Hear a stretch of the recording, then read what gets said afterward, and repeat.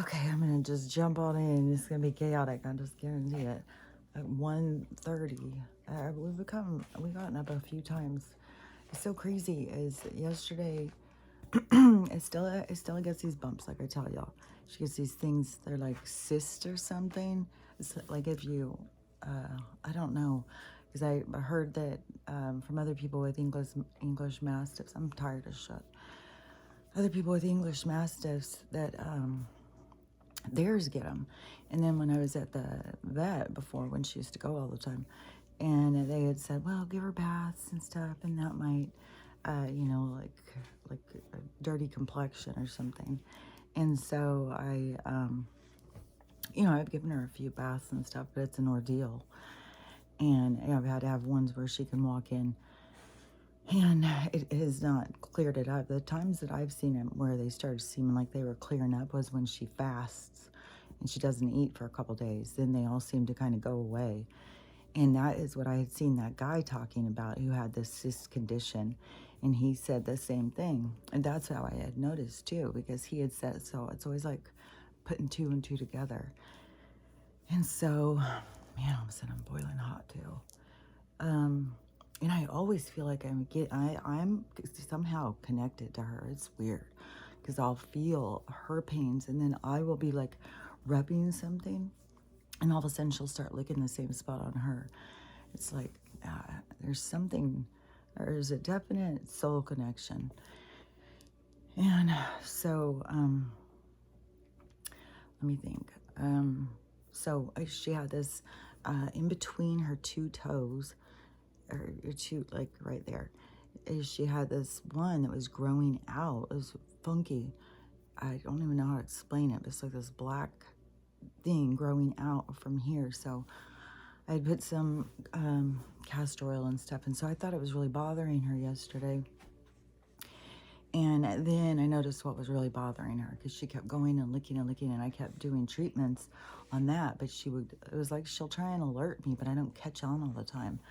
Like our dogs are communicating, but we got to catch on to what they're saying. And so then I looked to see what was going on, and I don't know. The only thing I can come up with is one of her things ruptured. She did scream out yesterday once when Jack was doing something, and so that maybe he hit into it, or maybe he was biting and it hit into one and it just ruptured it or something. I'm not sure. Or maybe she sat down on something and tore her skin open and I don't know. She's got a big wound. So at first I was going to put Epsom salt, and that is the first time she's ever bit me. It wasn't hard, but she definitely let me know, like, stop. It was burning the fuck out of her. So I took that off. And because I was soaking the other one in Epsom salt and bentonite clay. I'd soaked it a couple times, and so I had some of that. And so when I put it on that one, she was like, hell to the no. So I put on, I had some antibiotic cream, which I don't like to put that stuff on because she'll lick it and lick it and lick it. So I try and just do all natural stuff. So I put on some aloe vera. Oh my God, no, stop. He just does not. How many times you tell him not to? Oh my God, hold on. Dude, she does not want you laying on her. You have to lay up here. Stop getting on top of her.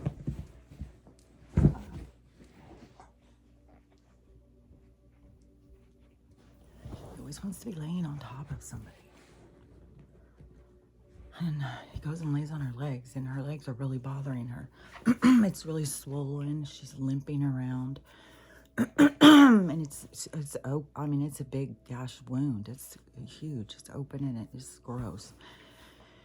So I put aloe vera, and then I keep putting castor oil. I put some black seed oil. It's like, if she licks that stuff, then it's, I even put some black seed in her oil in her food the other day. And I always, my tea with all the stuff in the bottom, because there would be like a condensed version of the roots and stuff mixed with honey at the bottom, and I pour that over their food. So I've been doing that for, I don't know, definitely since they started talking about the dog sickness. Because all you can do is keep clearing shit out, you know? You can't, like, this is mental. The storm we're under today is just like, I am so motherfucking burnt out on this shit.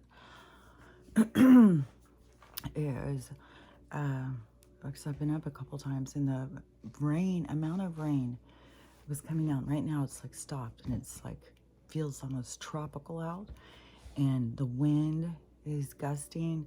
I heard a loud crash again, and you can't tell if it's like explosions happening. It's so fucking loud. I've heard so many explosions and shit over the last few days. And you just sit there going, okay, what's gonna happen next? And then it'll be nothing. And it's like, man, maybe somebody's house, like, I don't even know. This is just, it's crazy. Like, this is mental. And it was just pouring and pouring and pouring. And I had to get some wood at one point. I looked out, my whole yard was just water. And it was like, oh my God, and he had to go out and go potty. And he just goes there and stands like, what? And then he went the other way. But I was thinking, man, my house is like up. You have to step up to get into my house. And my neighbors, you just step right off the ground.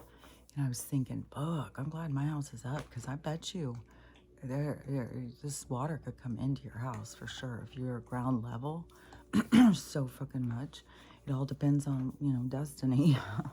Like how your house is, how much water drains to it, and all that. He's chewing on he tears all the toys up, just tears them into shreds and eats them. Well, I don't know. Well, I think he eats some of them, because there's some poop that definitely has like toy stuff in it, like bright colors and stuff. And so, anyways, Stella woke up. She's woke up totally uncomfortable, and everything, I've run out of treats. I'm almost out of her medicine, and it's like, oh my God, and it's still days until I get paid. It's like, what the hell? This is so strange. I'm so burnt out. I'm so burnt out. Oh my God, this is just, so, let me think what I was going to say. The storm, you know, this is just as stressful, especially because, you know, when you have the awareness of like, that, like, this is the end, but it's not the end, but it's the end of things how they were, you know. We're in an ending.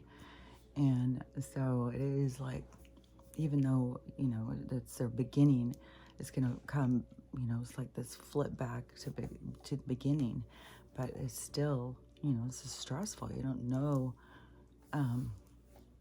you know, like these people go and get these old footages and shit and make their account. They make these accounts, which I don't even know if they're real people. To me, these are artificial accounts being made or something. But they'll show like all these different storms happening and whatnot. And this one I just saw was in the Philippines, and the water, the ocean started going backwards super fast. It was creepy. It's like every time I like even seeing it in my head, it's really creepy. And all the people started running. And so I don't know if that has to do with the earthquake that they just had, because the next video was showing the earthquake. But so many of these people get this stuff and get old stuff and then mix it in, and then there's all these storms. So it's like, you can't be like, oh, for sure this, because you don't know. It's all, well, maybe this is how I know here that we are having horrible storms, and they're saying this big storm is coming. I don't know if like maybe it's here by now or something. It's supposed to be here this week.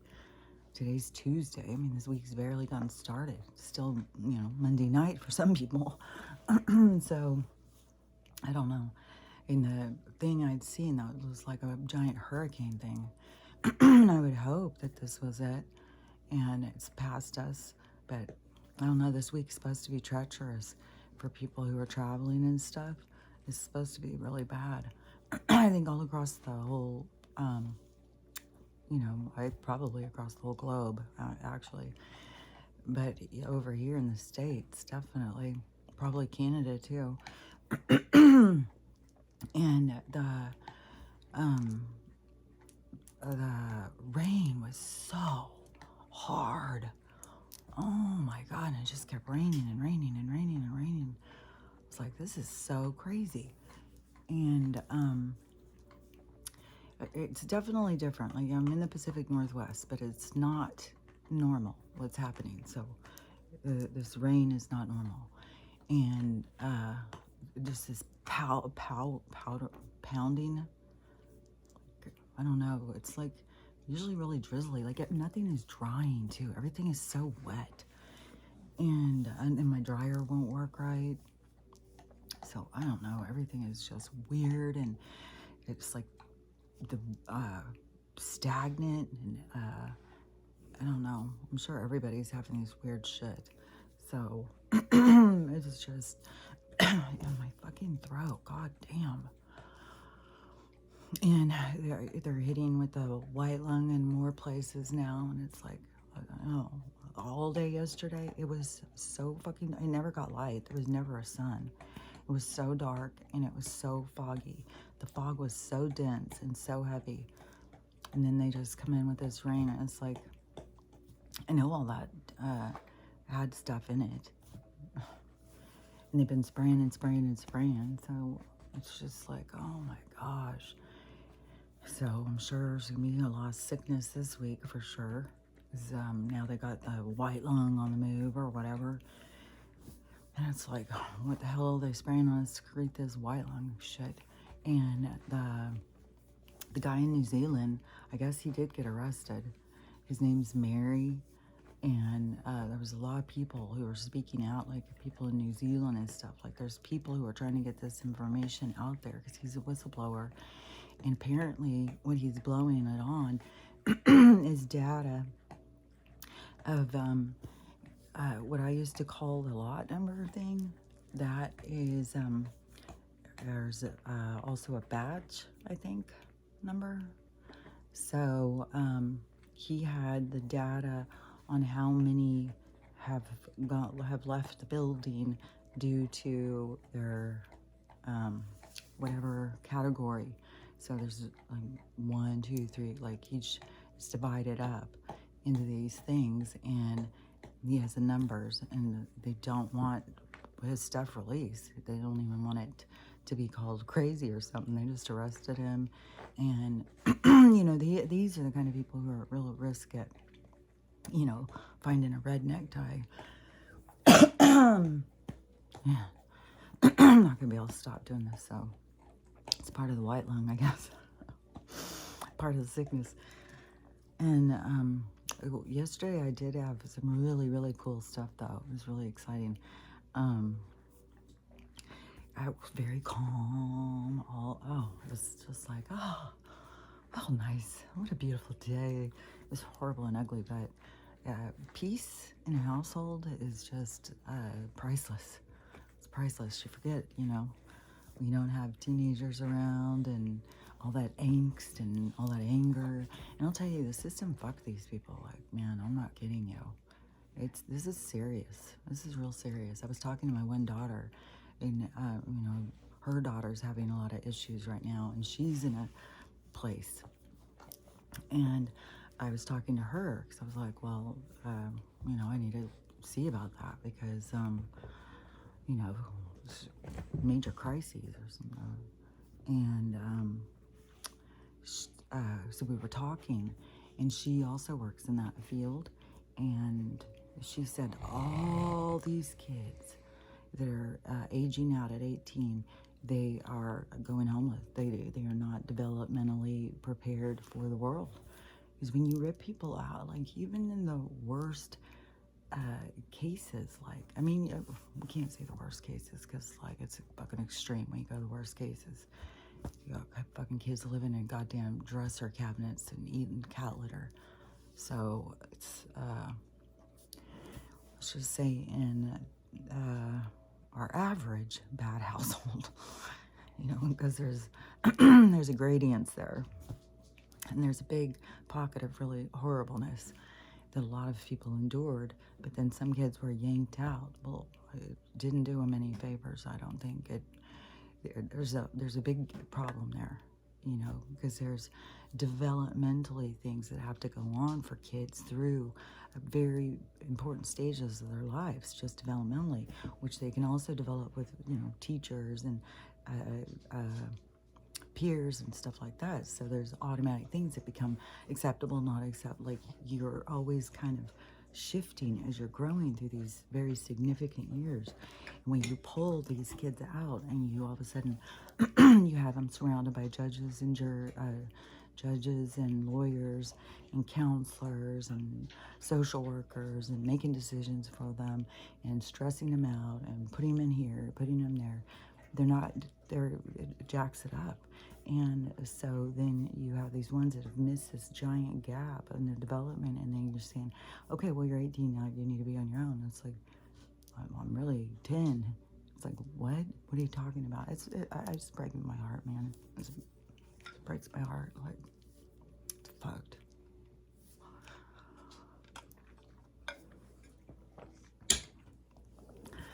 You know, we got to see what went wrong, and we got to do better as a society. Like, I'm seeing with the animals and with there's so much that is just thrown away by our society. And there's definitely a group of kids that are throwaways. We got to do better. So, but I had a really cool thing I thought was really exciting. This just like kind of made my day yesterday. So I talked to all my daughters and my mom and just made contact, not like big, deep conversations, but my one daughter who I hadn't talked to in a couple of weeks, who I said, I don't know, her husband's phone said it blocked me.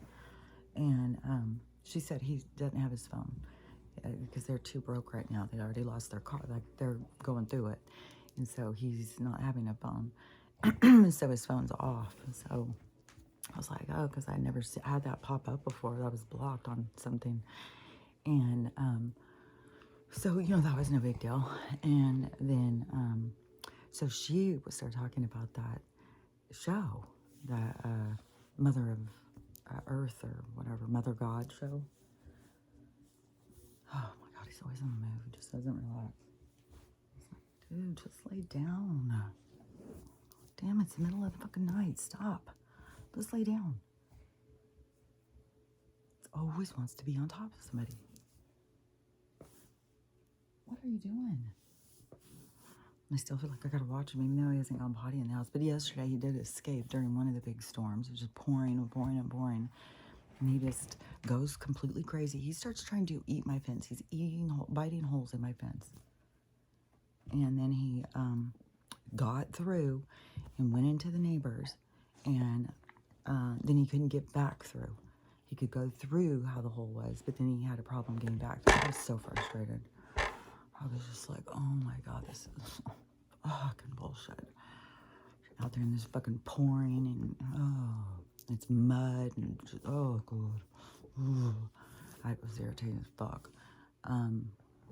So when I was talking to my daughter, she had brought up, because she had gone to Spokane to go, and so she went to a family Thanksgiving, and she was hanging out, and she was talking, and she was saying, you know, that they were saying, you gotta watch this show. Somebody was telling her, you gotta watch this show. It is Mom.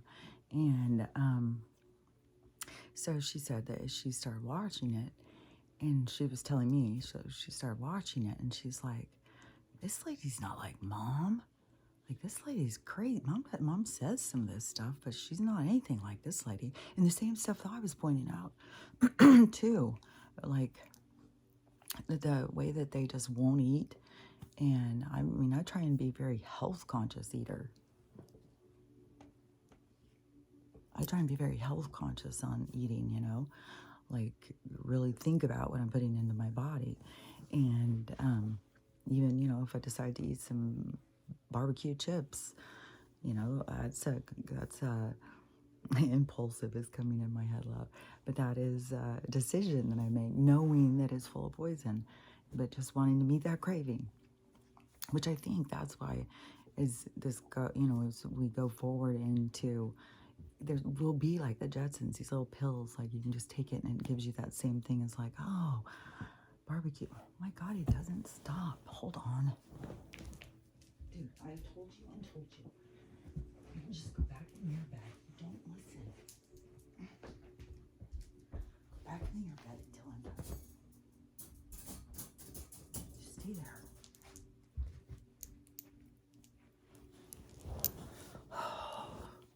Man, it's rough.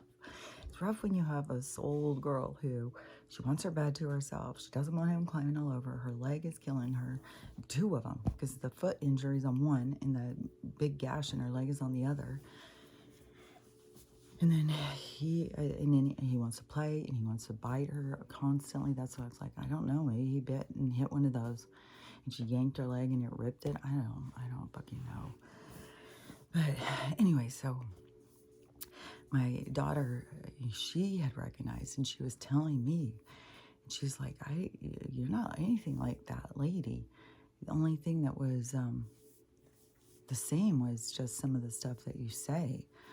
And she said, with that woman, you know, with having these different men all the time, and Father God and Mother God, the ego on that lady, and her unstable moods, her drinking from the time she got up. Like, there's nothing like me about that with this woman, other than we say some of the same things. And there's several of us who are on YouTube and stuff during this time and never saw this woman, to the point where I swear I'm really thinking more and more that this is made up or something. Like, it is, I don't know, maybe it's really true, but I've watched movies before on Prime, and they will mark it, like, I'll have to go and start looking it up and see, is this a made up story? Is this real? Because they'll even market it as a true story. But they do it like this documentary style. So they go and talk to people and everything, but it's not real. It's like this same kind of style as the hidden, you know, the found footage. Oh, we found this footage and this horrible thing happened and the people disappeared. All those movies. And then there's all these ones, these docu-series. And there's a bunch that seem like totally legit. So it's like, man, is that the same as this? Because wouldn't one of us have seen these people? They were all over. I mean, these people made 330, that's how much was left after all of their impulsive shopping and stuff. I mean, even my daughter said, you know, the way that she would go and she's supposed to be so spiritual, but she spends all day shopping on Amazon to find things that make her feel good, that she has to drink in order to feel good. It's like, so my daughter could recognize all that stuff. The one who had lived with me, you know, who she's always been there to help me learn boundaries, I think. And I think that's what's going on here too, is people come into my life to help me push boundaries. And it's hard, you know, when somebody is at their worst, you know, and you have to, you know, stand up to them. And, you know, you have to set boundaries for yourself and protect yourself, you know, so even in all cases. So, and that's how I look at it. Those, you know, these people aren't mean or bad or anything. These people are coming into my orbit to teach me things I'm working on. And so it's important, you know, for you to always be looking, to me, it's important to always be looking broader outside of why you know, don't just get hung up on, oh, this person's an asshole or something like that. There's more to it, way more to it. And, but my daughter, the cool thing that she said was that, I don't think there's people who know you anymore. Like, they just don't know you. You're not the same person as you used to be. You're so different. And that, where she said there's people who think that they still know you, who don't know you. They're holding on to the past. And what did I say? I've said that like fucking 2 years ago.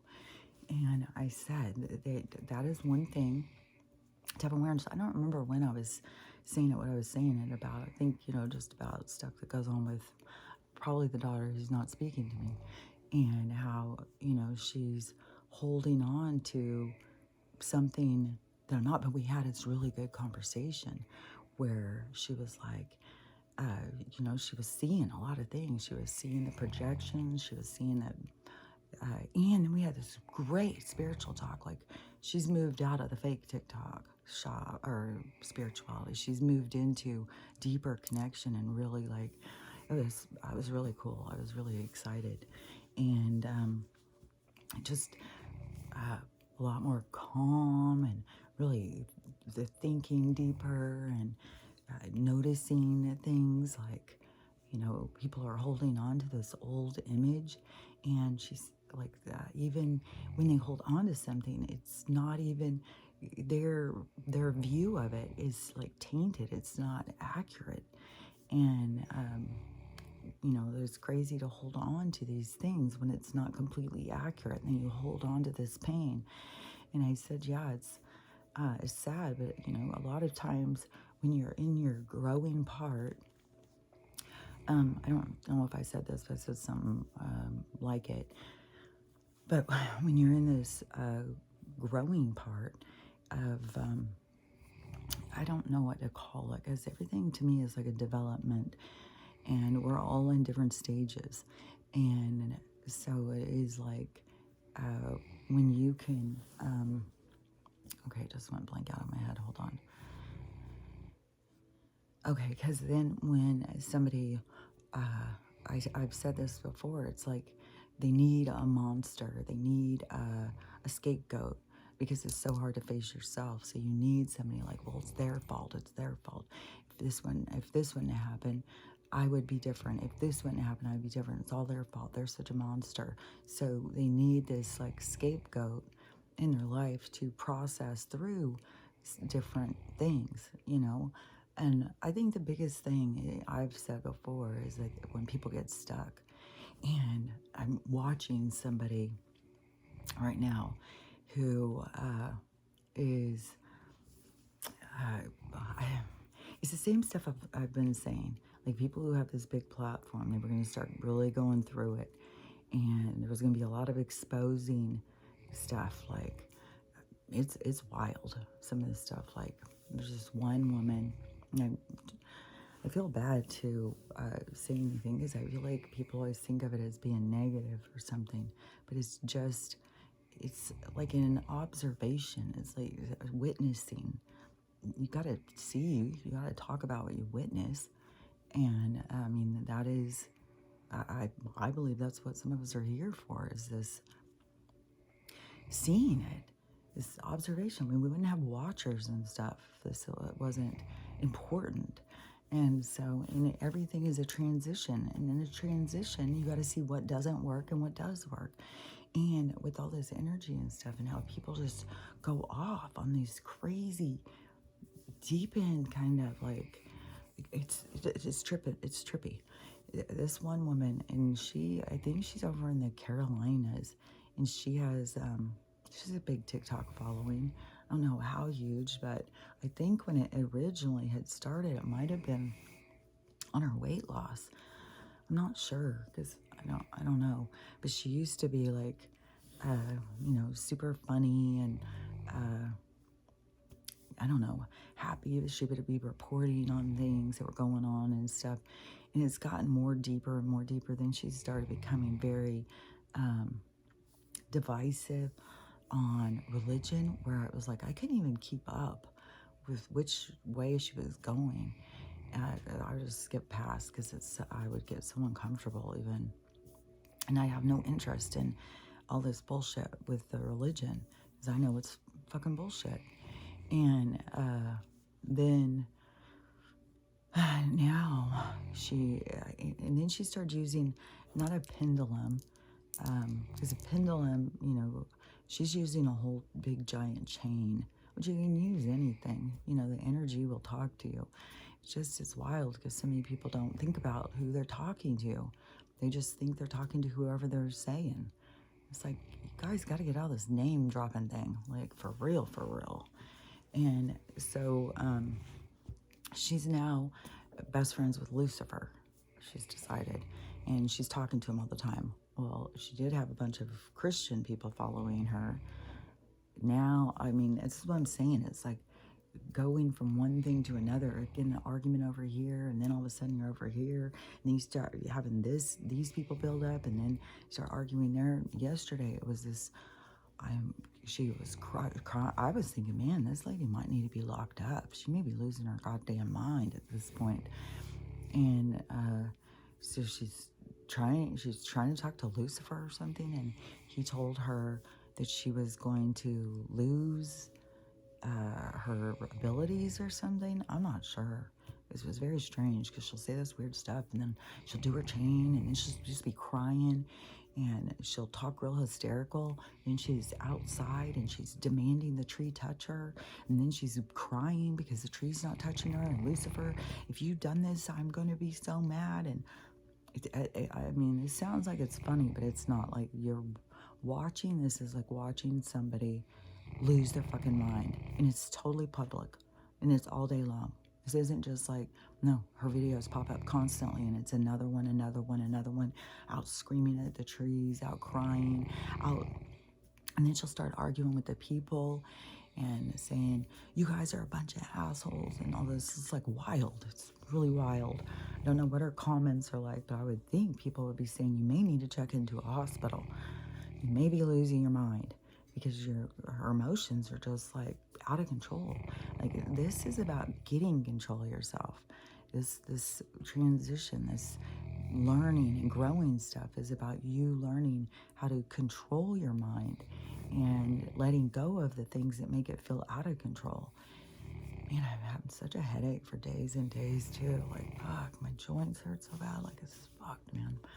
And so watching this person unravel publicly, like, I knew there was going to be a lot of this stuff, and there's a bunch. I mean, this is just somebody who I would see all the time.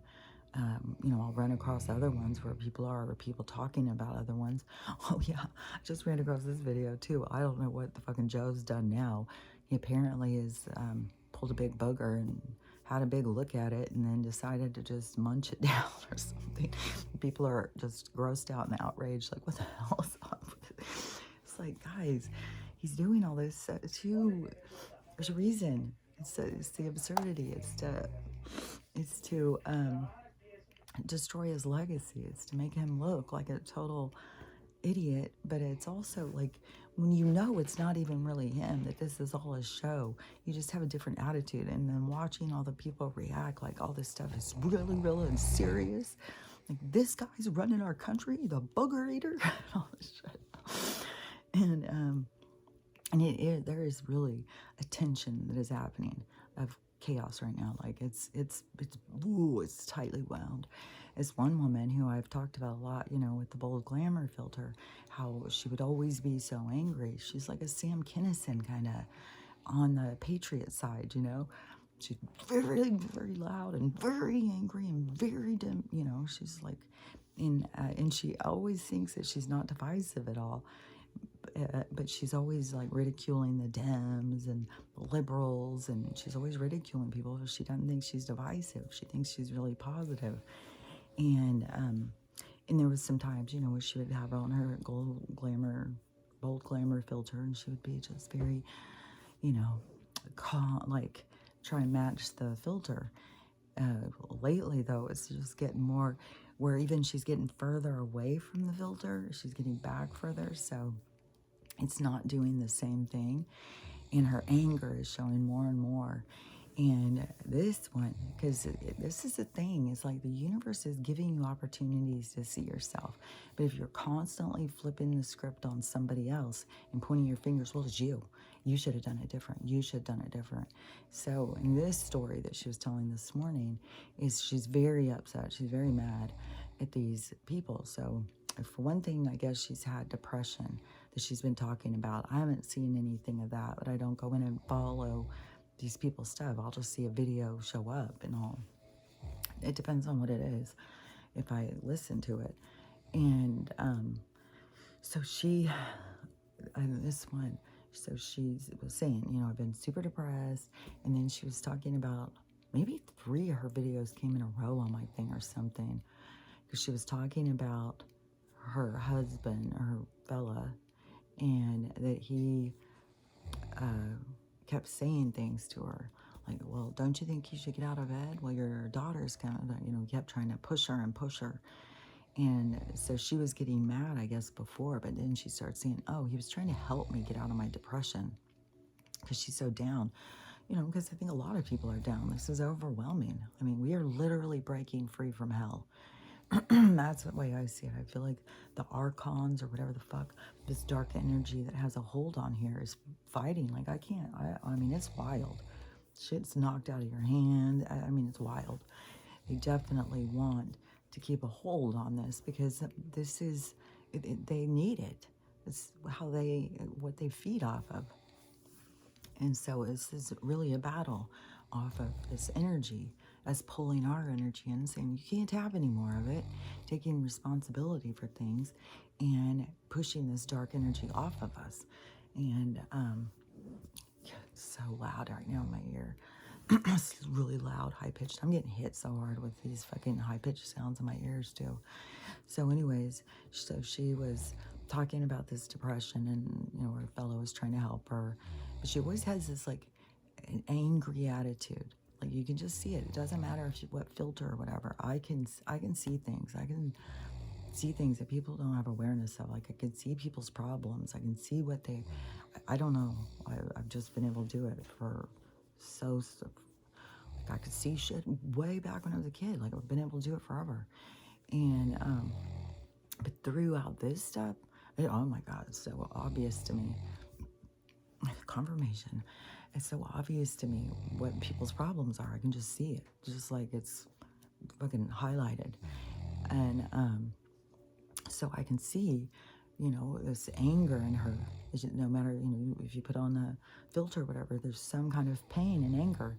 I was really excited too. I just saw this guy talking about there is no addiction. There is, what did he say? He said something else, like there's no addiction. He said what it is people using something to hide from their pain. That's what I've been saying and saying and saying for a long ass time. I just love those confirmations.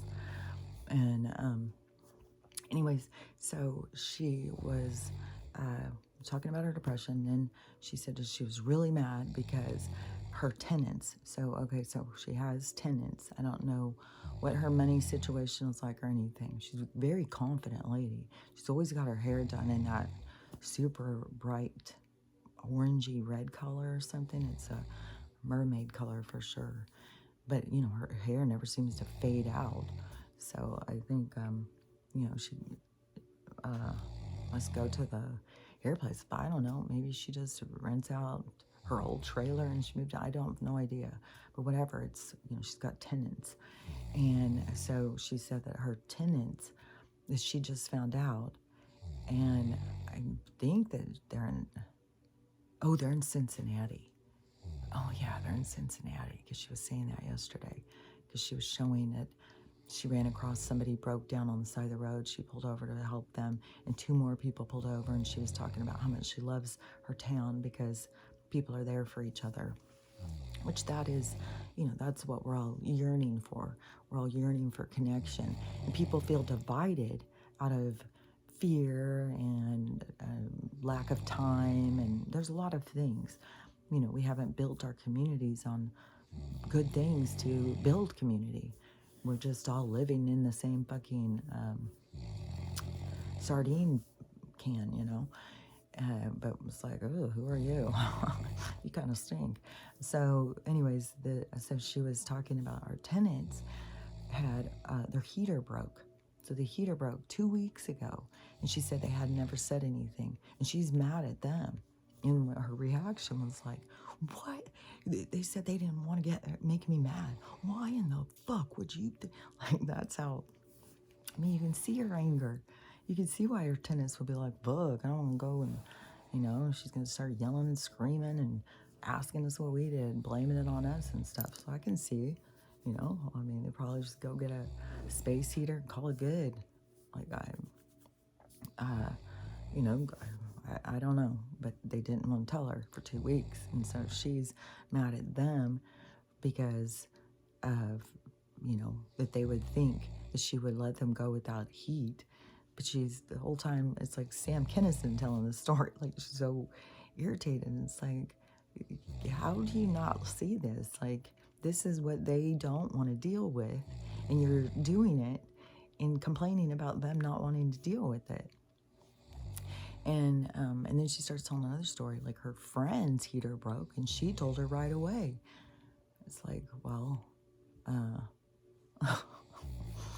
so anyways, it's just like people just are always pointing fingers at someone else. But when you turn it back on you and you go, oh, okay, God, man, there's just a lot of parts to me to put together right there.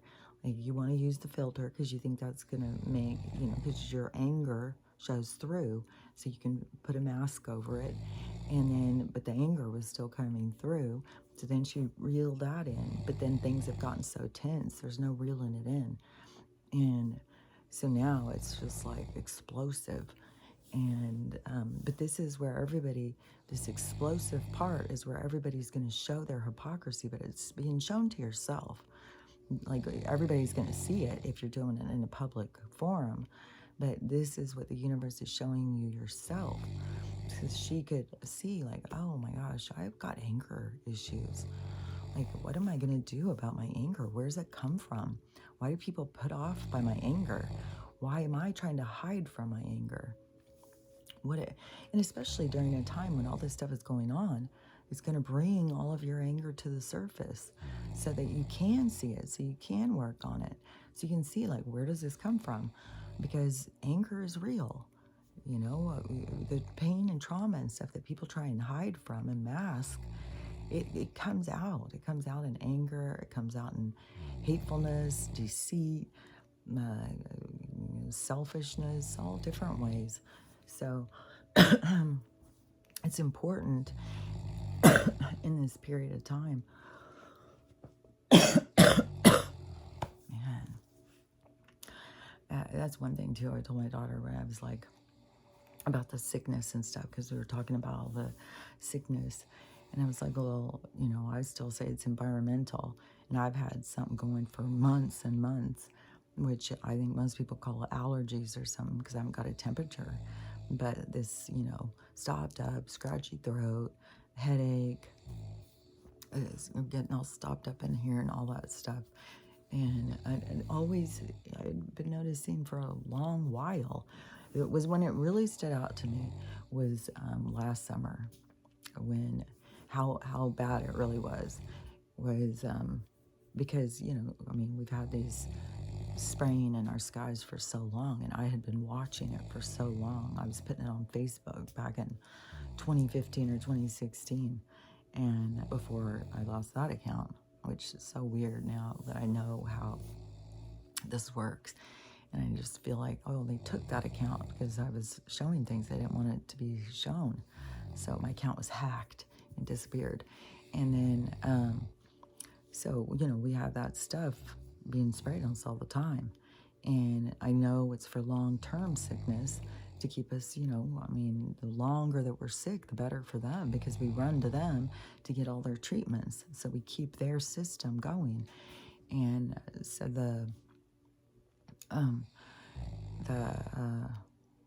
because that last summer is when, you know, I can't see all the planes and stuff up here because through the trees, but I knew we were being sprayed all the time. And then it was like one night, I got up the next day, and it was like all of these trees were orange. They were all dead. All of them had this white going around them. There was all these ones that all of their pine needles fell off. Everything just fell off. And it was like an ocean of pine needles. I still have a bunch of trees that are dead. And so there's a bunch of dead trees and all these pine needles and stuff. I was like, okay, this is getting serious now. And I tried talking to people. I tried asking people. And that's when everybody started telling me, oh, no, that's the beetle. That's the wood beetle or some bullshit. And I was like, so I went and looked it up. And I was like, this is not. What in the hell, you guys? Just whatever anybody says, you just believe it. Oh yeah, and I had gone up to the library and I saw that big sign about don't drink the Whatcom County water. It's got too much chlorine in it or something. And so yesterday, or last night, I saw on the news report on TikTok, somebody was sharing a news thing, and it said that there is, this is by a national alert that, of course, it's Iran or Iraq. They did it. They have interfered with our water. They have hit 10 different cities with this toxic water that they have put out. And so you have to be aware, and we don't know which cities and all this stuff. And so, they can interfere with our water and blame it on anybody. And it's probably way more than 10. I mean, we're a tiny, Whatcom County's small. I mean, King County is like Seattle. Whatcom County is like mountain towns and stuff, which I guess over in the Yucatan, over in Mexico, under all of the jungle, they have been looking and they've found whole cities that would hold like millions of people, which to me is more of just, it's all confirmation to me about there's just been different civilizations. It doesn't all go linear. Like people keep trying to put this together linear. They keep trying to do the stuff with the years and stuff and the time. And so they all keep looking at all these different things. And, 2023 is made up. It's, we don't really know what year we're in. And I mean, there's have to be some people that have to go back and do some real serious mathing. But there's not, because there's been these resets where things have just wiped out the whole civilization, and then, or they've gone underground. Or they could have been taken off in ships, like the same thing as what they're saying is going to happen here at this reset. But then also, these people in charge, these vampire people, they have also done resets. So they did a reset. So it was like, I think that they've tried to do a few. I think that they've used disease a lot of times to try and wipe out a lot of people, get it under control, manageable, and then it starts building up again. So then they do it again, and they come in with some kind of sickness or something and wipe a bunch of us out. They come in with storms, fires, all sorts of stuff. They've been doing, I mean, there's footage of them scientists talking about the seeding of the clouds and stuff back in the 60s. They've been doing this shit a long time. I said, like last year sometime, that I saw it in an old movie. It was like an old movie. I think it has Jacqueline Smith in it. And it's a thriller where her rich husband gets killed or something. I don't know. It was an old movie. I talked about it a long while ago. But in that movie, he's talking about it. He's a rich guy, and he has gone to China into this meeting because of this spraying, and that they use these satellites up in the sky to spray us to make us sick, so in order to get us to buy certain things and stuff. And they had that in the movies, and this was like in the 70s. And then he was saying over here they try and make more restrictions. Like, it was a whole conversation about it. That's all disclosure stuff, man, when they do that. And it has nothing to do with the storyline either. It's like all of a sudden it's just this whole conversation explaining this stuff, and everybody just, nobody pays any attention. Doesn't even have to do with the movie or anything. Well, you go back and watch these old movies and you catch this stuff, and it's like, oh my God, disclosure, disclosure, disclosure, disclosure, all the motherfucking time. So, anyways, I feel like I'm having to talk really loud over her. My throat and I don't feel like I can talk that loud. So, anyways, just think for a second what else I was going to say. So, they're looking and finding these places that they keep hidden from us because they don't want us to know the truth, that we were very advanced. The people were very advanced before. We've had very spiritual civilizations. We've been interacting with other beings throughout history, and they, I'm not sure. I don't know if we'll get to learn all the whole story of this period. I'm not sure if we will. Um, but it is very different than what we think. Somebody was just showing the map thing. They were freaking out about because they had run across this person showing this map. I've seen this a long while ago. If you follow any of the map stuff, but so Australia was discovered in like 1608 or something, and it's not on this map from 1597 or something. But Antarctica was supposed to be discovered past Australia, like in the late 1600s or something. Like I may not be saying the dates exactly right, but so in this map that it shows, it doesn't show Australia, and this map's supposed to be like 1597 or something, and it doesn't show Australia, but it shows Antarctica. Only Antarctica isn't ice. It's got camels and crocodiles and all this stuff, like it's desert. And, you know, I don't know, because that was only a couple hundred years ago. And we may not, we may be still in 19 something. We may not even be in 2023. Like, it was when they started jacking up stuff with the calendar and time. So it's, you know, we don't know what year we're in. And, I mean, over in, what is that place called? It's in Africa. Something with the E, A, U, my stomach's starting to growl too. In E, what, yeah, I can't hear it. It's, okay. Oh, look, why can't I hear? It's over there. Oh, it's another word too. It's a word that isn't just a place. It seems like it's like also a descriptor word or something. But anyways, up from that, every time I try and go away from it, I hear it real loud, but I can't make it out. And I can see it, but I can't make it out. But it is that they are on a completely different calendar. It's still like 2012 or something there. So, you know, there's places that aren't even going on our calendar. So I don't know. You know, there's so much stuff too about Africa and the control. There's just so much. There's so much stuff that just keeps coming out and coming out. I just don't see how people can't just keep asking questions and asking questions, because nothing makes sense. Nothing goes together.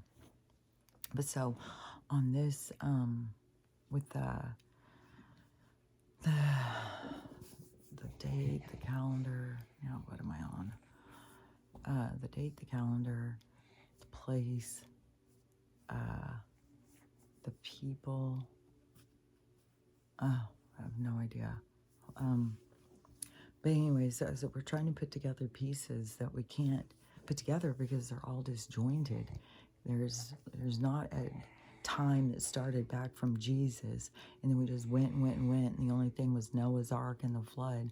And then they kept on, I don't know, I think they kept counting time from there in this story that they're trying to tell us, and kept counting time and counting time. I don't even think they go in and even make reference themselves over the manipulation that they do on time, taking away one of the months, putting us off of the earth cycles, putting us onto clocks, and but it's all falling apart. It's all because it's like we held it together, us being dutiful and on top of it and paying attention and being on the time and stuff. We made it what it was. And so it's like they offer it, and then we turn it into whatever it is, you know, our structured world that we all live by the clock, live by the time. And, you know, it just doesn't make any sense. I was, you know, looking at my jewelry thing the other day, right? And I found my watch. I used to wear a watch all the time. And it just reminded me of like, oh my gosh, when I was a nurse, especially, because you had to have a watch, you had to be able to check people's pulses and stuff. Like they would, I'm telling you, there's so much indoctrination into, I'm sure, all these different fields. Medical has a certain indoctrination. I'm sure legal has a certain one. I'm sure the police force, there's certain things like police force, you follow the rules or you follow command. You don't think for yourself, you follow command. Judicial, you are, man, my stomach's growling like crazy. It's like you're protecting the wrong people. And how they get that twisted in people's minds, I'm not sure. I guess just on money, that they're willing to do whatever for money. And it becomes like a joke or something in the legal system. I don't know. It's very corrupted. And then medical is all on ego and competition. And then they stress them out with like insurance and lawsuits and stuff. So it's very controlled. All these things are very controlled. I'm sure real estate, all of the things that they use in order to keep their world going. And all of us who go out and take these jobs and fill these roles to keep their world going. And then look down on people who don't, when I worked in the ER, I would really look down on people who wouldn't take care of themselves. And then they come in, all out of shape, not taking care of themselves. Their skin's crap. They just drink and smoke all the time. And then they come in totally unhealthy, and they want us to solve it in the ER. And they don't go to a doctor regularly. They don't take care of themselves. And I would always be like, oh my gosh. It used to be, like I would be driving to the hospital and I would put on like, because there is some heavy metal things like Metallica or Ozzy, put something like that on where it's rah, rah, rah, be driving down the freeway, getting to my ER shift with this, rah, getting prepared for hell. Because you go in and it's just like, oh my God, it was, I'm so glad I don't do that anymore. It's horrible. And then if you have a boss who doesn't like you and they just try and give you all the worst shitty things, and then, I don't know, there's just a lot of drama, a lot of bullshit, and a lot of toxic people. Like people go out and trust these people with their lives, and these people are so fucking toxic. If you worked in the environment, you would not trust these people to fucking do your grocery shopping. And I just saw this, it was another confirmation on that with a doctor thing. The one doctor who put all his patients on chemo who didn't need it. There's more of these things that are coming out of, what was this one? It was something, I mean, my injury was malpractice. It was a doctor trying to double up. He wanted to do both, he wanted to do a general and a local. So he wanted to do a spinal and a general. And he did. But they just, because the spinal didn't work, that they just blew it off. And then he had poked into my spinal cord 6 or 7 times. So it was like, it wasn't just a small leak. It was like all the fluid was out of my brain within an hour or so. And it would have been soaked into the bed. This is what gets me, because I was a nurse. And so in recovery, the thing underneath me, they put a pad underneath you. That thing would have already been soaked. It would have had all of my brain fluid would have been out on that, because it was just pouring out of me. And then, because as soon as I was up in the room, as soon as they wheeled me in, so that's what, an hour or 2 after surgery, I was already telling them something was wrong. This is fucking right out of surgery. I was telling them something's wrong, something's wrong. And I need an MRI or something, something's wrong. And at that point, it was in my shoulder. I could feel this incredible pain in my shoulder. Then it just moved up into my head. I don't even like to think about it. It was so horrible. It was the worst pain I've ever gone through. And it was days and days and days. And fuck, man. Man, this place is rough. And now that life coming back to me came so strong in this dream. This is after my brain injury too. So, but at that one where I was out walking in this field and there was a bunch of us and they were, it was very emotional too, as they were shooting us. And I fell down and I thought I was going to die, but I didn't. And my injuries didn't kill me, so they took me in this room and left me to lay there and die. And it was just in this like little room in this shack thing, and I was left by myself. I have no idea what, what the deal was, why we were being killed like that. I don't know if it was during a war. I don't know what it was. I just know it was my oldest daughter came in to see me. It was the craziest thing. Like, this wasn't a dream. It was so fucking real, the whole thing. I was like really there. It was really happening. It was very traumatic, and I can remember it still. It was, but it was a huge thing when I saw that, of like the long, drawn out death and how horrible it is. And so then when they started doing these, that was coming into my mind, and it was like, no, hell no, I don't want this long drawn out death. And then they just sit there and poison us, poison us, poison us. So that was what we get all the time anyways. It's like, fuck, man. They're doing it to us on purpose no matter what. So, I mean, you can't get away from it. They've got too much control in our world, too much control over us. We've let this happen. And, but in the hospital too, it was like, not dying and having this stuff is, when you're on death's bed and you're not dying, it's hard, man. It's hard. Like, I don't know. Even when I was in the hospital, if I even would have cared if I died, I just wanted the pain to stop so bad. It was so horrible. And it was, I mean, I'm telling you, if you've ever had a baby, like I had mine all natural because the first one was a C-section, so I had to have them natural after that. Because if you had a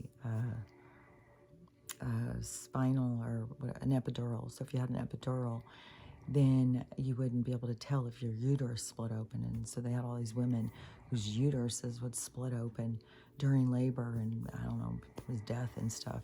So they wouldn't let you have, I think they might do it now. This was a long time ago. And so you had to have them all natural, because my youngest one is like 28 or something. So it can be totally different now. But back then, you had to have them natural. So I had to go through natural childbirth and for 3 of them. And every one of them had a problem. Every motherfucking one of them. The one daughter, she took 24 hours of labor. And then when I had to start pushing, I had no idea how to push or anything. It took me like 2.5 hours. And they were getting so mad at me. And they were yelling at me. And then they started telling me to push like I was pooping. And then I started being able to get her out. And but it took hours of the whole thing, and it was after 24 hours of hard labor. It was fucked, man. And then it's so windy. Man, it's so scary. And then after my next daughter, I don't remember what hers was. I think my cervix wouldn't open all the way. It was like, and I always get these, because I had the cheeks, man. I always have these babies with these big round heads and these big cheeks. And so these big heads that were coming out of me. And so my cervix wouldn't open all the way. They were saying it wasn't opened all the way. So they had to reach in and pull it. They'd reach in and pull it open to get her head out. This is with nothing. There was a point where I was screaming so much, I think they gave me a shot of Demerol. That doesn't fucking do shit. And so I had to get her out that way. Then with the third one, she got stuck under my pelvic bone. So she had her face stuck under my pelvic bone. So they had to reach up inside of me, pull her, it was the same fucking shit. She came out with a big bruise across her nose. And so I went through some fucking hellacious pain in my childbirth. And I always said childbirth is the worst pain I've ever been through, always, until I went in and got that brain injury. And then it was so far beyond the worst pain. I can't even explain to you. Like when they say, oh, you know, because they can go in and do surgery on your brain, and your brain doesn't have pain receptors or something. And so they can just cut into your brain and stuff while people are awake.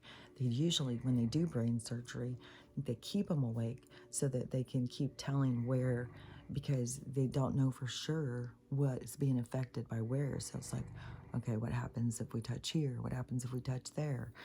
And so it's on. So I don't even know what it was. It was hurting so bad. I always think it was like, because my brain was collapsing. So, and then they try and act like, well, that doesn't do anything. Yeah, they'll just go. Okay, most of the people who have this happen die. And most of the people are in ICU and stuff. I was doing this all on my own. They weren't even giving me pain meds on some of this shit. Because they decided, because I had a tattoo, I was a drug addict. I mean, this is a fucking several $1,000 tattoo, and you're telling me I'm a drug addict? I mean, it was quite obvious it was art. It's not a fucking scratch tattoo on me. And so these nurses, this is this ego training that they do in this schooling. It decided I was a drug addict, and they wouldn't give me pain meds. They thought I was making it up and I was being dramatic. And they wouldn't even call the doctor. Nothing. I was begging them to call the doctor. They said that they called him, and he said I was probably having a migraine, that I should just have a cup of caffeine tea. I'm a nurse, and I'm from the neuro floor. And I've got fucking floats telling me shit. And it became a point where I couldn't even talk anymore. All I could do was moan. The pain was so horrible. My family's all sitting in the room, freaking out. And so I was, I think when it was collapsing, because it started mushing down, so it starts like all the fluid goes out, so it mushes down, and it's an enclosed system. It's like a ventilation system or something. It's a pressure system, and it's enclosed, and it keeps the fluid going through to keep everything moving, you know, to keep your brain healthy and stuff. And so when all the fluid goes out, and then this system, it's like a suction starts pulling. So your brain collapses. And so all of this stuff in the frontal lobe, that's how I got frontal lobe damage. That affects your memory. You can look up different things from frontal lobe. Some people, it messes up their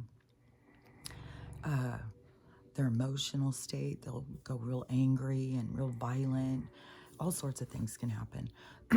I became, I think, more calmer, but also that took work, because, you know, I was a mess. Like I've said, the first couple of years of my brain injury, I was a wreck.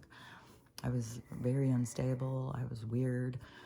I said weird things, and it's like, so, and I would still drink. I still would drink, and it does not go with a brain injury. Alcohol and brain injuries don't mix.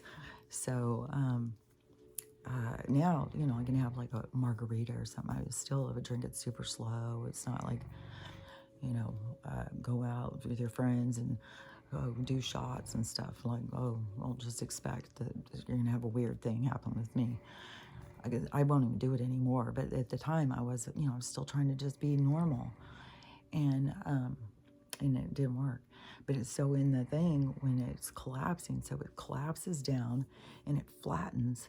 And then after that, it starts sucking down into, so it starts trying to suck there, and that's when it's herniating. So when it starts herniating, your brain is being sucked like a vacuum down and through to your spinal cord. That's when people die. And that's what mine was doing. And so it took days. It didn't come in to, I kept asking for somebody to come in and do something, call on the doctor. I was getting the runaround nonstop with these fucking nurses, and I was like crying. I was in so much pain. One nurse wouldn't give me any pain medicine all night. I think that was the second night. And the next morning, I'm asking again, please, please call the doctor. Something's wrong. And they kept putting me off and putting me off. Day 3, I think it was, on rounds. The doctor came in. It might have been day 4. It was the first time I had seen him since the surgery. This is what gets me, because in court, they tried to say that the anesthesiologist came in every morning to check on me, and every morning I was sitting up bright and cheery and telling him everything was great. And it didn't matter how many people in my family were saying the opposite. The nurses backed him up. They put in new files in my chart. They completely changed my chart. They took out other ones. It's so fucking corrupt. And so then in my case, they had all the fucking administration of the hospital was in my court. And I mean, they were fighting me hard. And their lawyer was such a piece of shit. Such a piece of shit. A real good-looking guy, too. That's all they do. But let's just put a good-looking face out there, and then as rotten as they are, which maybe nobody will notice because they're so good-looking. I noticed the rotten piece of shit. Fucking rotten. It's like, fuck, man. There's some rotten people out there. And, but so he finally comes in day 3 or day 4, and as soon as he's looked at me, like he comes walking in like the doctors, you know, coming in the morning, all happy, you know, like they're out doing rounds and they're out flirting with nurses. They're having a good old morning. And comes walking in and sees me, and his face just totally dropped. The whole expression and this pain all of a sudden came across his face when he saw me. And I have no even idea at this point what I even look like. It had to be a wreck. And he tried talking to me. I don't remember. It was a strange conversation. And he said he was ordering a test. And so he ordered a brain scan. And this is like days and days I've been laying here. Nobody's come in. Nobody would fucking do anything. I mean, there's so many people you know that just die in the hospital because of this shit. But whatever's meant to be is meant to be. That's the thing. Like, I wasn't meant to die. I was meant to talk about this. And so confirmation. So he orders a test, this brain scan. And so it takes hours and hours and hours to get that. So sometime in the afternoon, I get that. He finally ordered me a private room. So they didn't move me to ICU or anything. They just moved me down the hall to a private room. And where the youngest daughter, she stayed with me. She spent the night at the hospital and everything. You know, I'm sure she was scared too. And plus, she's just that kind of person. She's just the most sweetest, caring person I've said before. She's just, you know, I know why she's going through this pain is because she is like just the sweetest, caring person. She just is very loving, and she got hurt. And that gets people to be very guarded and stuff. And, you know, it's sad. We all hurt each other. We don't mean to, but we do. And anyways, so they'd moved me down to this other room. They took me down to get this test. I go get this test, which the whole thing was fucking weird. I remember there's a lot of weird shit where it's like, this is just, get me back to my room. I'm in horrible pain through all this shit. And then nothing. They said that radiologist wouldn't release the, he wouldn't say anything about it. He said that he had to do comparisons. So he had to wait till the next day to get comparisons in order to look at my scan to see if it was anything weird about it. And so then a neurologist comes in the morning and pulls up my scans and shows them. And so now I've got a neurologist on my case. And he comes in and pulls up the things. I remember my mom was there. I don't remember who else, but my mom was there. And he starts saying that my brain is, what did he call it? He didn't say herniating. I didn't hear that until court. He said it was, he maybe just said I had a leak or something. And it was, I don't know, he said something. I can't remember. But he wanted to know how much more damage there was or something. He wanted more tests. So nothing was done at this point. And still my brain's herniating. They maybe at this point have told me to lay flat, because that is the biggest thing too, is you're supposed to be laying flat. And I couldn't lay, I had no idea I had a leak. Nobody had ever even told me I had a leak. And so I was sitting up because it was so painful. And there's no way I could lay back on there. Oh my God, the pain was unbearable. And then so then he ordered more tests, and then they looked at more further down. And I guess that's when they can see if it's herniating, because that's the kind of x-rays that it was in the thing at the court, where, I was told it was herniating. And as a neuro nurse, I knew what that meant. I mean, we'd have patients, like, it was a big thing. If you had a patient that had a leak and stuff, like, oh my God, you better be doing the right thing. It was a huge thing on my floor. And here I am having this happen on another floor, and just not shit being done. They didn't even move me to the neuro floor. And this is the top hospital in Spokane. And so then they, at that point, once they saw that, then they decided they were going to do a blood patch. I didn't even know what a blood patch was. And so they take you down and they inject you with blood into your spinal cord so that it will make a scab. So it will close, scab up the leaks. And so then I had this main anesthesiologist. So they wheel me down to this room. It's like a basement. So this is like the 5th day of this horrible, horrible pain. And I think a lot of people, I would have to look it up. I know that when we had a patient on the floor who was herniating, she had to be moved to ICU. And as she was going, people were like, oh, I don't think she's going to make it. Like, it's bad when it gets like that. And so it's real weird when you look back and you find out, it's more confirmation to me, though. It's like, you cannot die. There's nothing that can happen that can kill you unless you're meant to die. It's just fact. And so so when he comes to do this blood patch, so I'm wheeled down now in this room. It's like a basement. And this anesthesiologist guy comes in and he looks at my back and starts ranting and raving. This fucking guy was ranting. I heard the whole fucking thing. And he goes out in the hall and he starts talking to a nurse. He's going up and down the hall. He's fuming. He's so mad. And he's yelling about all these holes in my back. And I still had no idea how many there were. And so I don't even know all the drama, but I knew there was malpractice, over and over and over what is going on with me. And then there was permanent damage. Like, they permanently affected me. Like, the Kelly that went in the hospital did not come out of the hospital. And the Kelly that came out of the hospital could not even function in Kelly's life. So it was a whole transition that had to happen. And it just flipped my whole life upside down.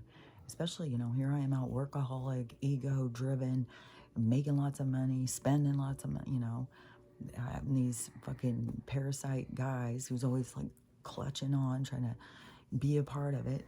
And so, to me,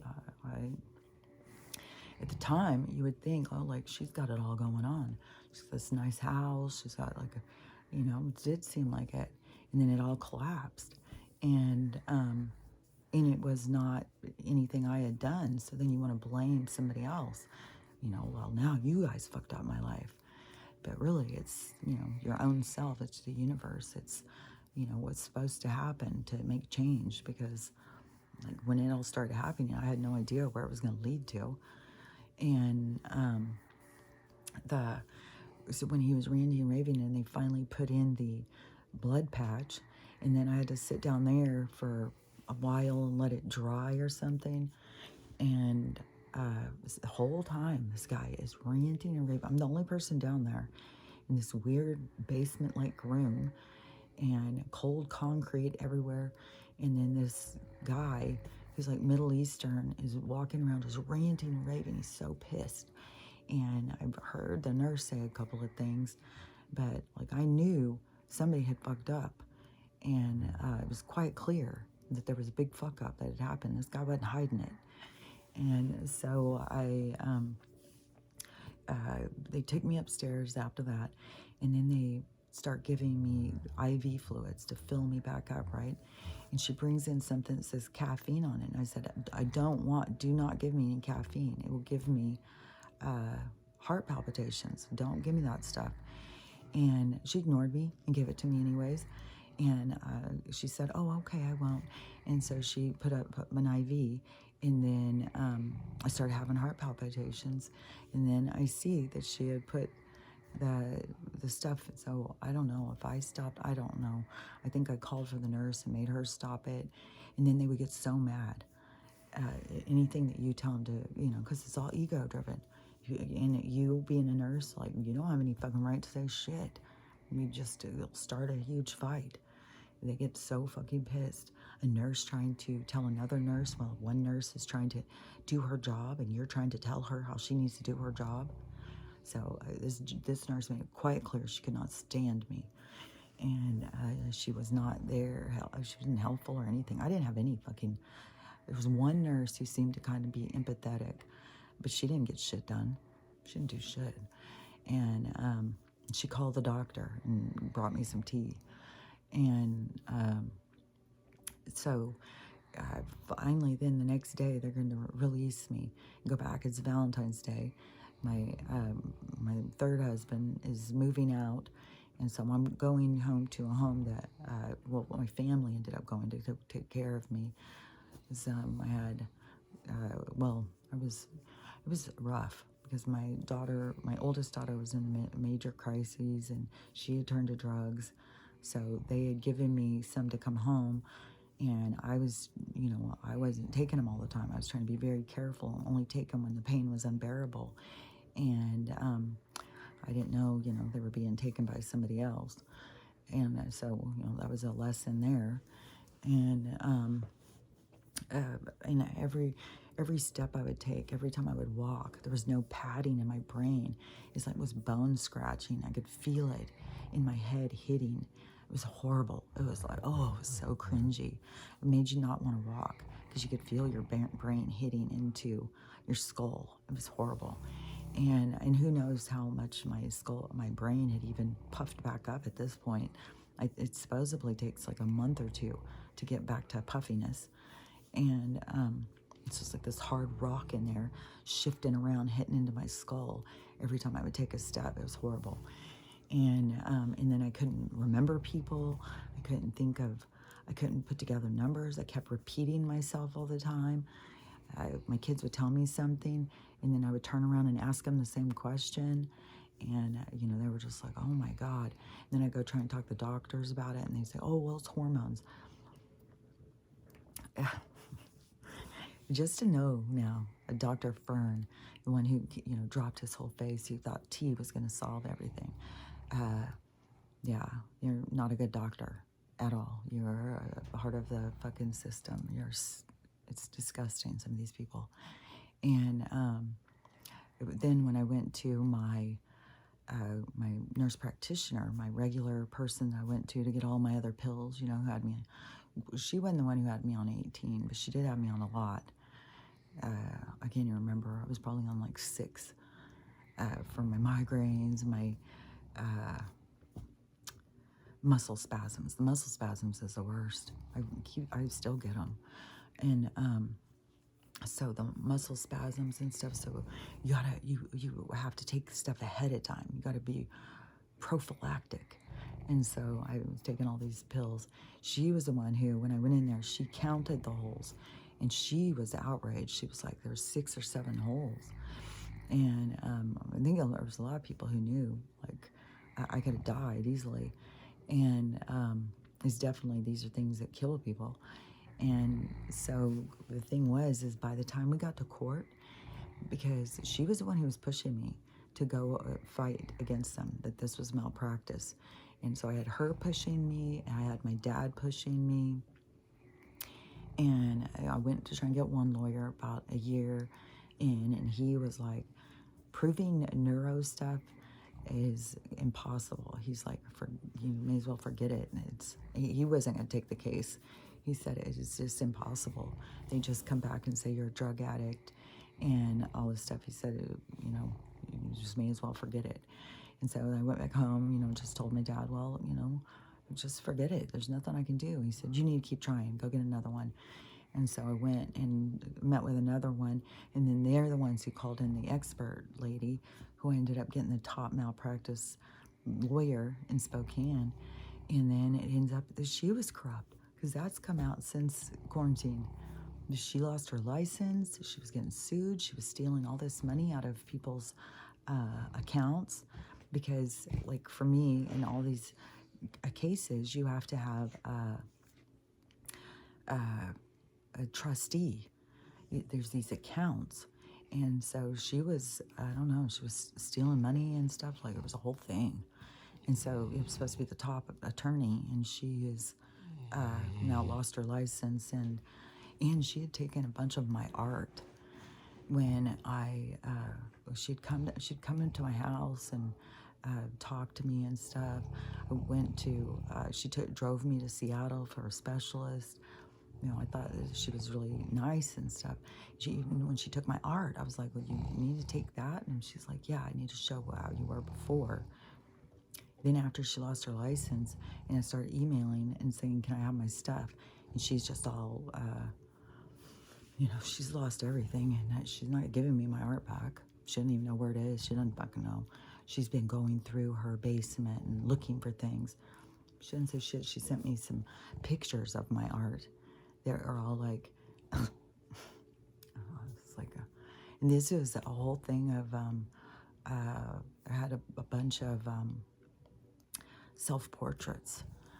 It's like in hands and like stuff that I can't do the same because of the brain injury. My art's changed. And so, you know, that's something that as an artist you want to hold on to. You know, you want, I don't know, it gets me really upset. So it's just like, man, one corrupt person after another.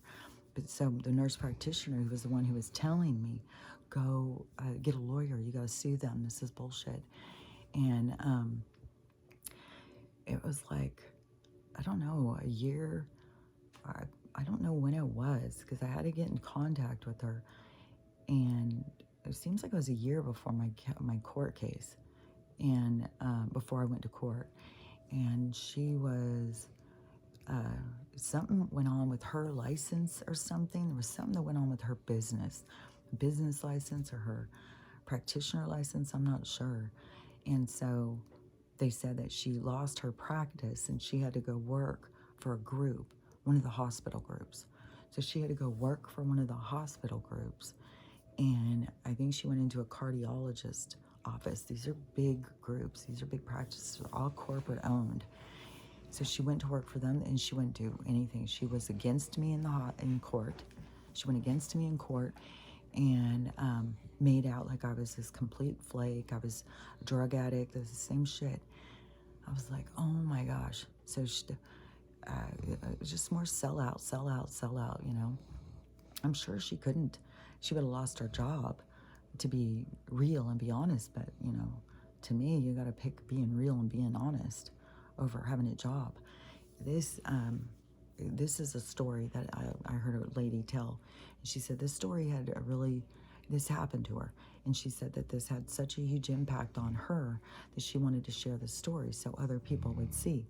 And so she was a straight A student, and she was in high school.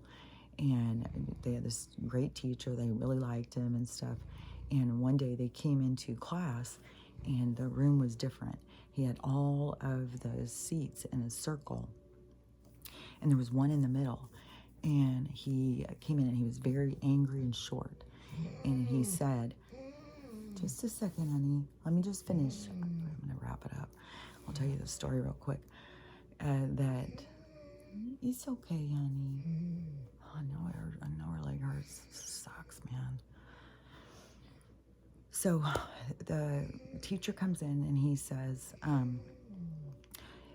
everybody, you stay sitting in your seat, you don't move, you don't talk, or you're going to fail the class. I'm giving you an F, that's it. And so then they're all sitting there, you know, and they don't even know because he's acting weird anyways. Then he walks in with a goldfish bowl, sets it on the desk, takes the goldfish out, sets it on the desk out of the bowl, and then he leaves the room. And then they all sit there. And she said it was so stressful. They're all looking at each other. Nobody knows what to do. Nobody's saying anything. And they're all just like, what the fuck? And so they're all sitting there because they don't want to get in trouble. And then one girl, she said her name, I think it was Jamie or something, Jamie Bishop or something like that, stands up all of a sudden and goes, fuck this shit, and walks over and puts the fish back into the thing. And she said it was like the longest 2.5 minutes of her life. As soon as she put it back in, the teacher comes into the room, and then he tells them all, look what the world, it's gonna make me cry. He said, look what the world has done to you. I don't remember the rest of the stuff he said, but it's so true. So true. Look at what the world has done to these people.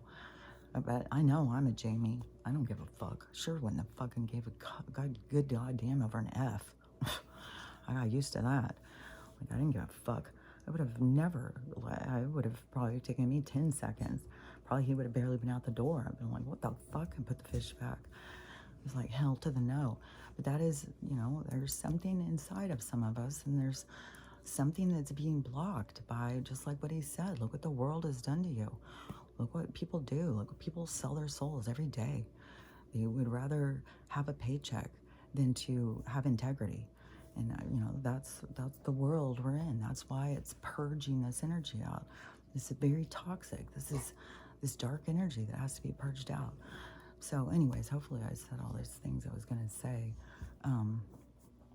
Yeah, sometimes I have no idea what I'm going to talk about. It's just all of a sudden it's just going and going and going. So I have no idea if I finished and everything, but now I'm super stressed. This is so stressed, and I need to hurry and get this on before the wind takes out our electricity anyways. Because that's another thing. They're telling everybody all over the place that the power is going to go out. The power grid's about to go down. You've got these ones telling, these military guys being deployed, and they're telling them to tell their family to get candles, batteries, flashlights, and all that stuff to be prepared and have food. And of course, it's always up to the end where I haven't got any food and it's days away. It's just like, you just got to trust. Everything's going to be fine. Everything's going to be fine. If it's meant to be fine, it's going to be fine. And if it's meant to be your exit, then you'll exit. And don't freak out if you do. Just remember, you know, there's no death. It's made up. They made this shit up. And we're fighting to break free from it. You know, we're fighting to be put back in the fucking fishbowl. So anyways, you know, this will be my day. I'm just going to keep trying to doctor on her leg and keep my sanity and stay safe. So everybody stay safe and stuff, and just keep going with the flow. Remember, nothing can happen that's not supposed to happen. And even when you're going through the most horrible pain, you know, there's still a reason, still some kind of purpose. Go through all the things that we go through. And, you know, I don't know for sure. Maybe it's all just to share this story, to be a part of the takedown of the medical and stuff. I'm not sure. But I know I'm supposed to share these stories. So anyways, I will talk to you tomorrow if I still have power. Talk to you later. Bye.